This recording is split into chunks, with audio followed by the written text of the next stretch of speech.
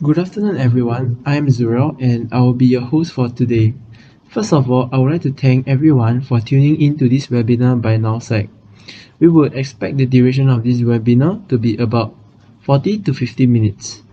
There will be interim breaks during the presentation. Without further ado, let's begin this webinar. So the title of this webinar is called Stay Vigilant and Expect the Unexpected. Human link is the weakest link in security. Hackers prey on human psychological flaws, targeting them as the weakest link in the cyber chain. As COVID-19 emerges, most of us will be working from home and doing tasks remotely as well, just like this webinar. With more people utilizing such technology, it is no surprise that the amount of cyber crimes increases. Well, we will be going through these categories called phishing, which is a type of social engineering. In this webinar, you will also be taught to spot the difference and obviate the chance to spot the difference of phishing emails, and as well as so that you can obviate the chance of getting scammed. For today's agenda, I will be introducing us, who we are, what we do. Followingly, I will be talking about email phishing, phone scams, and subsequently Wi-Fi as well. Well, who are we? We are Nullsec, a cybersecurity special interest group in Ngee Ann Polytechnic. We host workshops and competitions to teach our members the importance of cybersecurity. Apart from webinars, we do a more technical and in-depth sessions in our workshops for our members as well. We also teach our members skills which they can utilize in and out of curriculum, helping them gain more insights in cybersecurity. Our members are given the opportunity to compete in competitions such as WorldSkills Singapore, in which our members are allowed to represent Ngee Ann in competing against other tertiary institutions in Singapore. Has anyone here been called by an unknown number and had been told that a certain amount of funds have just been transferred from your bank account? Well, that is called phone scam. In the United States alone, there are around 56 million US residents that has lost money from phone scam in just 2020 alone. In Singapore, $6 million is lost to phone scammers for impersonating staff and even the police. So does anyone here want to change job right now? Just kidding. Impersonation crime carries a very hefty punishment, and earning quick cash out of it is not worth the jail term. Another common scam in Singapore is called the e-commerce scam. How it is done is that it is conducted via social media, and another common scam in Singapore is e-commerce and is conducted via social media, and another scam is also called email scams.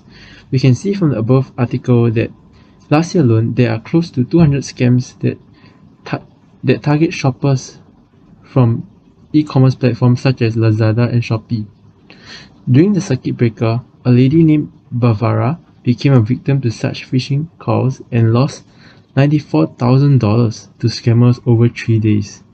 In short, she was being called by a so-called Singtel officer claiming that her IP address was being misused by hackers to perform unclean transactions. This was followed by a fake CSA officer call which needed her bank account details and one-time password in order to track down the hacker. For 3 days, she thought she was helping the police and government agencies in tracking down a multinational scam. She was only notified by the police 3 days after making 6 transactions, siphoning off some $170,000 by the scammers. Personally, I have been caught by many different numbers during the circuit breaker period, such as DHL Express, parcel calls, StarHub subscription calls, claiming that I have subscribed to a $200 mobile plan, and even police call claiming that the customer confiscated a parcel containing 12 credit cards to me that is being sent to me. Next, I'll be talking about email phishing, which is one of the most prominent type of phishing in Singapore. Usually, when data breaches happen, the list of emails will be leaked out into the deep web for sale. Let's talk about a more recent example, the Lazada and the RedMart data breach. For the folks out there who uses RedMart, you might have received an email saying that your email, password, and personal information have been compromised. From Channel News Asia, it was said that this information were put on sales on the deep web for a cheap price. Hence, malicious individuals can easily obtain your email and throw out a large net with a bait, hoping that someone will bite. Well, that is the terminology of phishing. So, do you have an easier term to define email phishing? Well, email phishing is essentially sending an email with the intention of obtaining sensitive information such as your bank account details, password, and ultimately your money. So how is this done?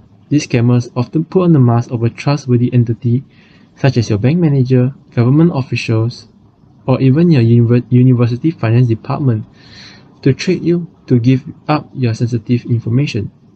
They do this by sending you an email with a link or an attachment. When you click onto the link, it will redirect you to a fake bank website that is similar to your bank URL, where you will key in your login credentials and this data will be collected by the attacker, in which they can log in and steal your money afterwards. So folks, do not download or even open attachments from emails with unknown origins, unless it is your monthly bills from telcos, credit card companies, etc. Even so, ensure that they are from legitimate sources, and hence we will teach you how to spot such fake emails. To further explain how the attack is done, we will refer to the diagram in the slide. Suppose you are the attacker and you would want to trick John to give up his login details for his DBS bank account. The attacker will create an email impersonating your bank manager and send the email with a link that is disguised to look like a DBS official webpage. You will unknowingly access the link and enter your username and password. This information will then be collected by the attacker where further use can be done by the attacker. So how do you spot a phishing email? It is not hard to spot one. There are characteristics of the email that show signs that the email is indeed a phishing email. Firstly, the email itself is very generic. There is hardly a target audience at mind when the attacker is making the email. The attacker plans on to send the email to as much people as possible to increase the chances of a person clicking the link. Hence, to identify a generic email, you can look at the greeting section of the email and see if their greeting is directed to you personally or is it directed to generally everyone who read the email. Secondly, the email shows a huge sense of urgency. Attackers are usually impatient and will often require the victim to respond to the email within a duration or a period of time. In this example, a 24-hour period. Lastly, the link that is attached to the email is not from your recognized service providers. For example, The email could attach a link called www.hsbcc.com, which is a fake link as the original URL has only one C in it. So now we come to spear phishing. Spear phishing is a more customized form of phishing. The attacker targets a specific group of people or individuals with information that fakes the legitimacy of the attacker. What do I mean by that? Let me give you an example. For example, knowing your full name, job title, phone number prove that the attacker might be someone that you actually know, when the actual fact is that you do not know him. That is an example of spear phishing. So now, how does one spot spear phishing emails? It is definitely harder to spot a spear phishing email as compared to a regular phishing email. The best advice that I can give to you is to call or text the person and check if the person has indeed sent an email to you. Another alternative is to check the link to ensure its legitimacy. To ensure its legitimacy of the URL, you can call the bank to check if the URL is the correct URL of the bank. As you can see from the picture, assuming that you are John Tan and have recently bought a Toto ticket at Yishun. The email explicitly calls you by your full name, listing out details such as the place where he obtained the ticket and lastly his phone number. If John Tan wants to spot this, if John Tan would like to check if the email is not a phishing email or it is a phishing email, he would most probably have to call or email back the sender to ensure that it is actually a legitimate email from the sender and not a spear phishing email. As we can see in this video that the user is actually creating a phishing email of Google and is being sent to the victim.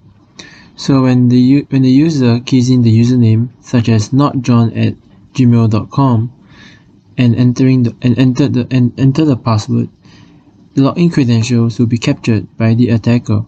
That is called a phishing email scam. As we can see, the data has been collected. Username equals to notjohn@gmail.com and password equals to johntan123. And hence, we have to be careful of phishing emails.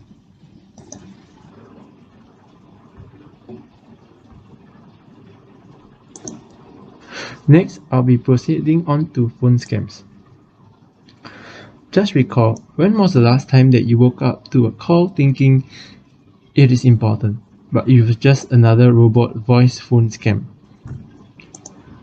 Phone scam, or otherwise known as phone fraud, is the use of telecommunication products or services with the intention of illegally acquiring money from the victims.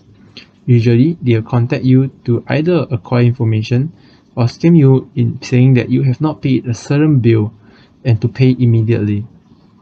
Phone scam can be made through calling or any messaging platform.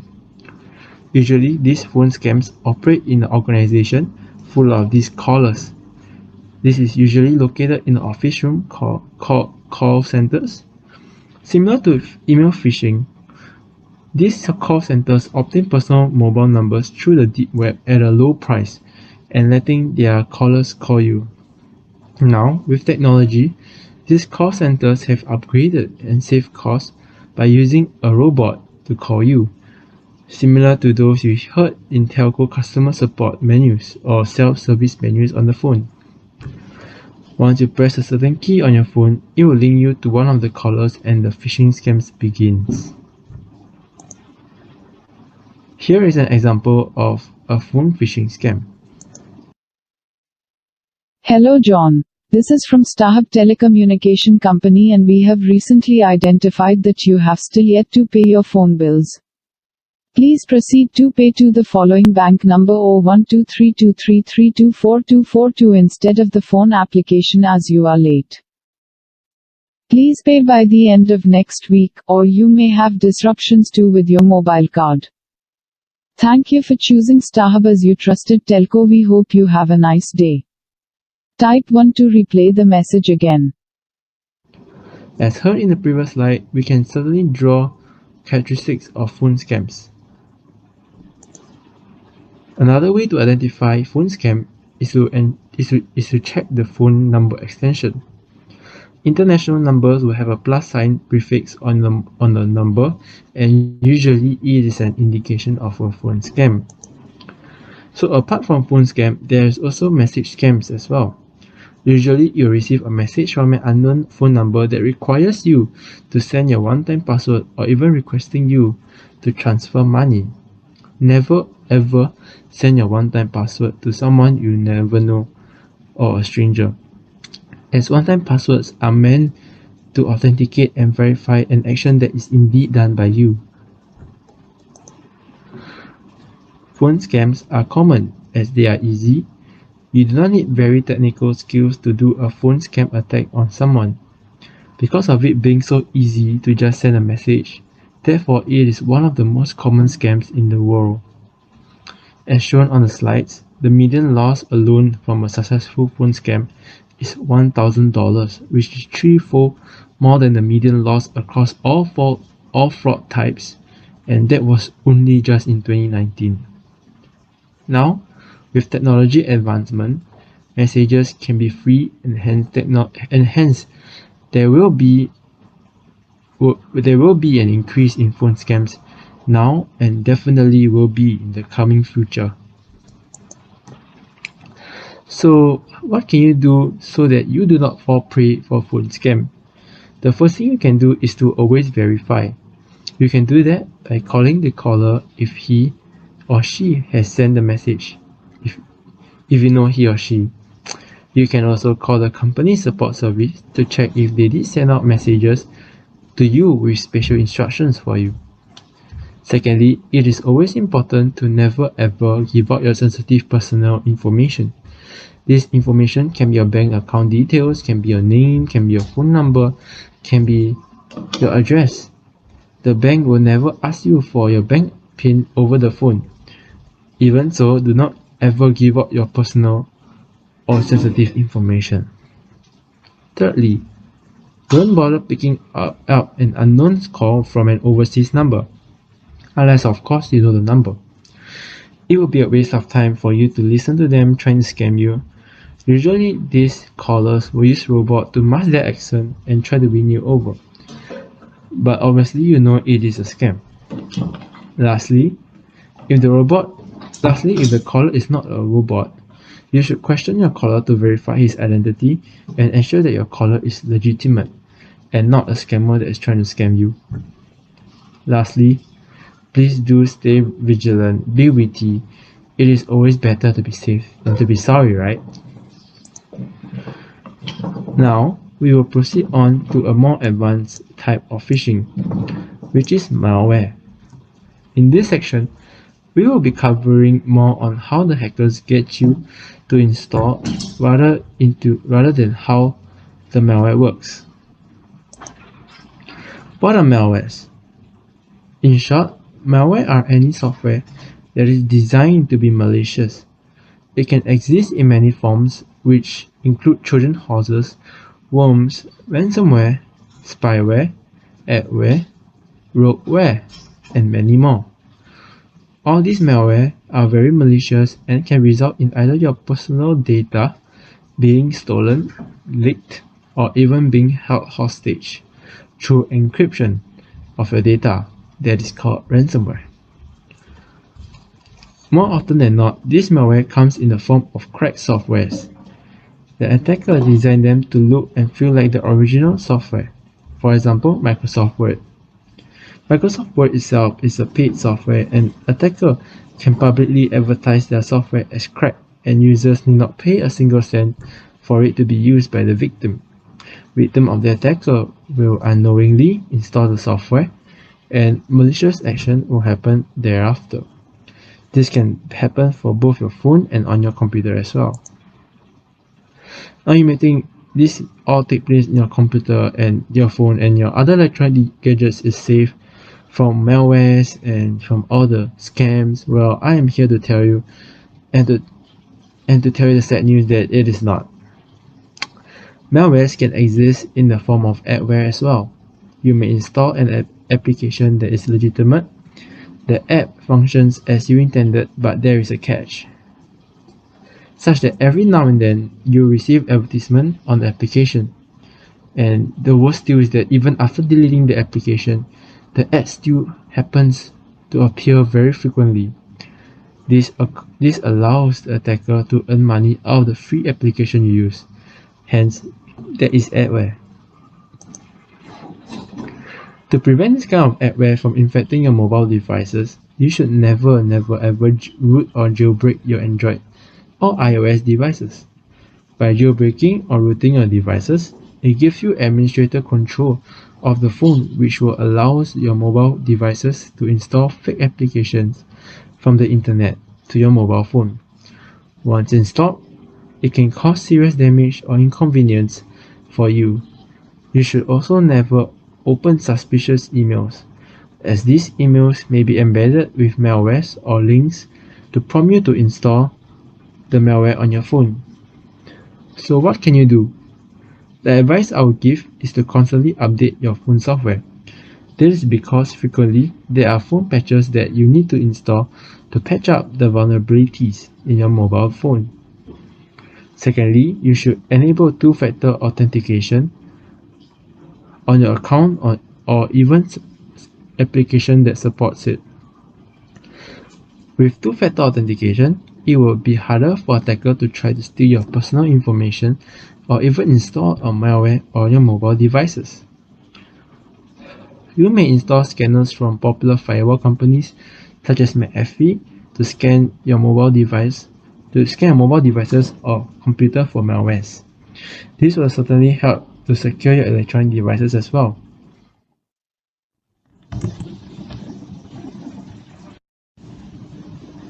Now I'll proceed on to the malware video.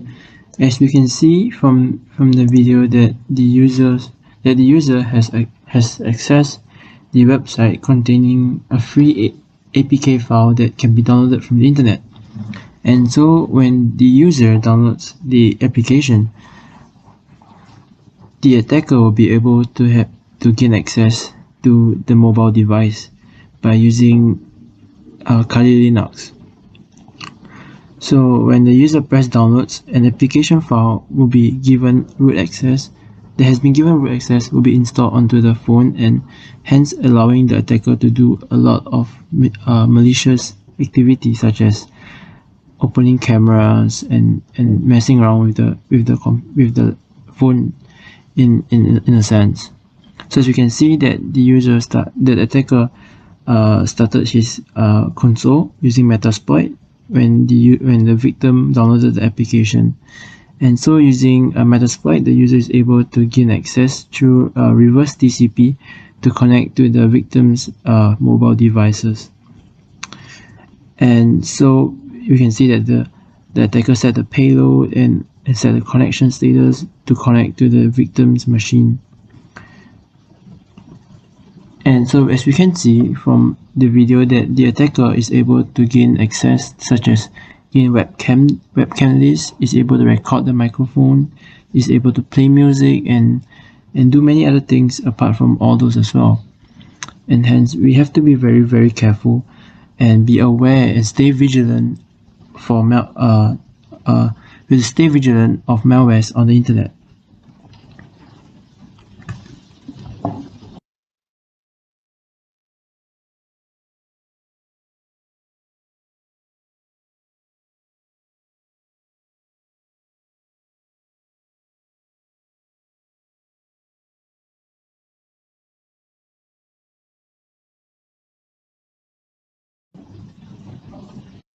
As we can see continuously from the video that the attacker is able to obtain the contact list dump.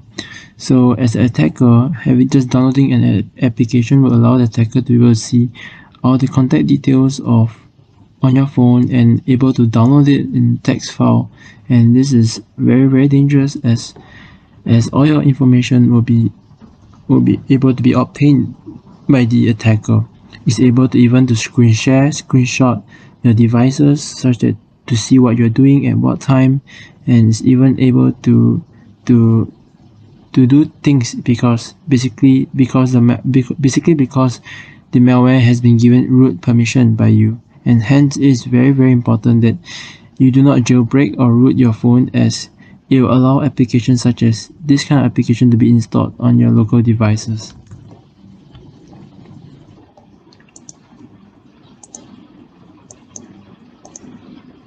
Last but not least, I will be explaining the importance of Wi-Fi and the security aspect to it.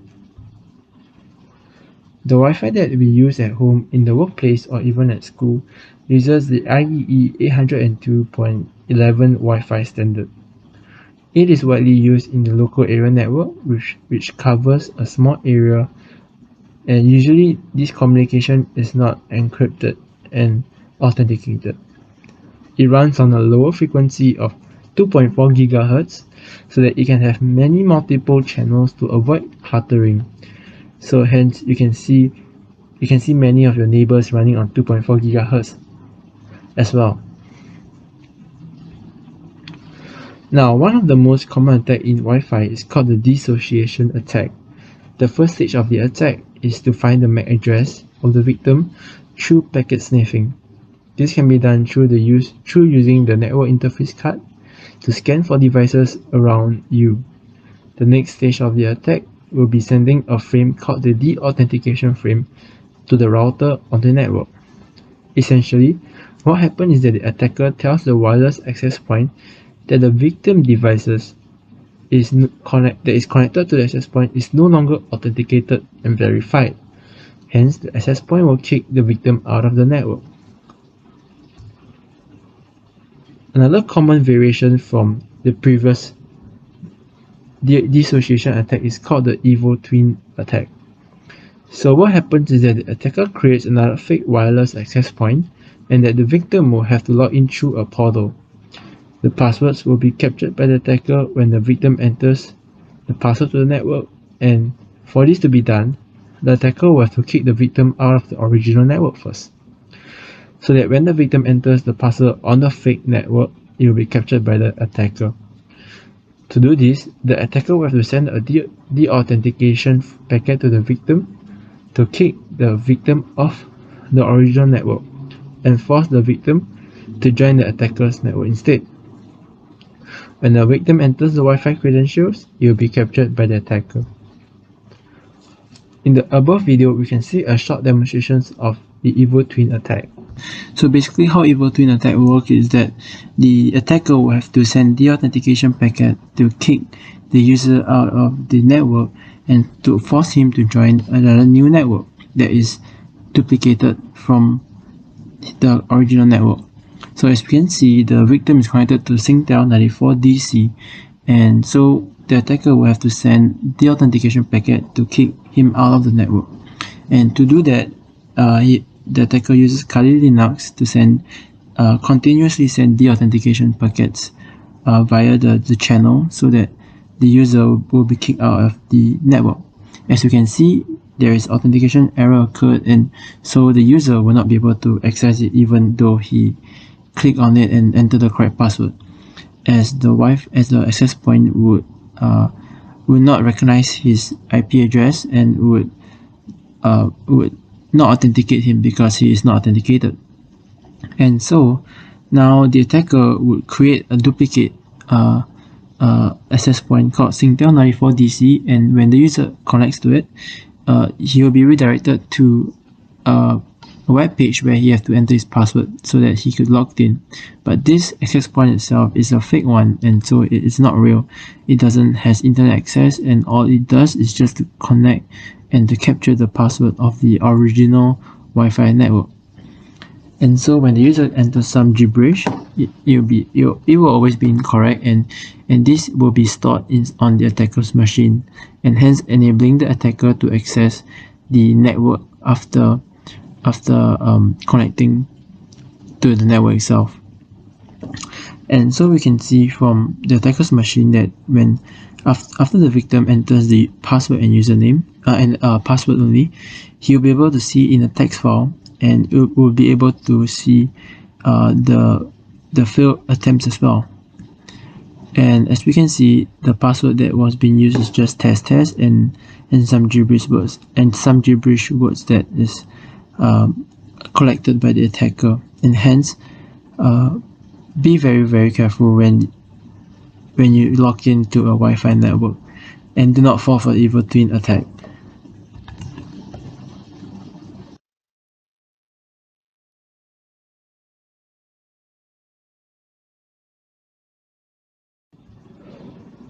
Last year, the world faces a pandemic, and that forces us to adapt to changes such as working from home. This leads to a rise in technology usage and hence the rise in cybercrimes as well.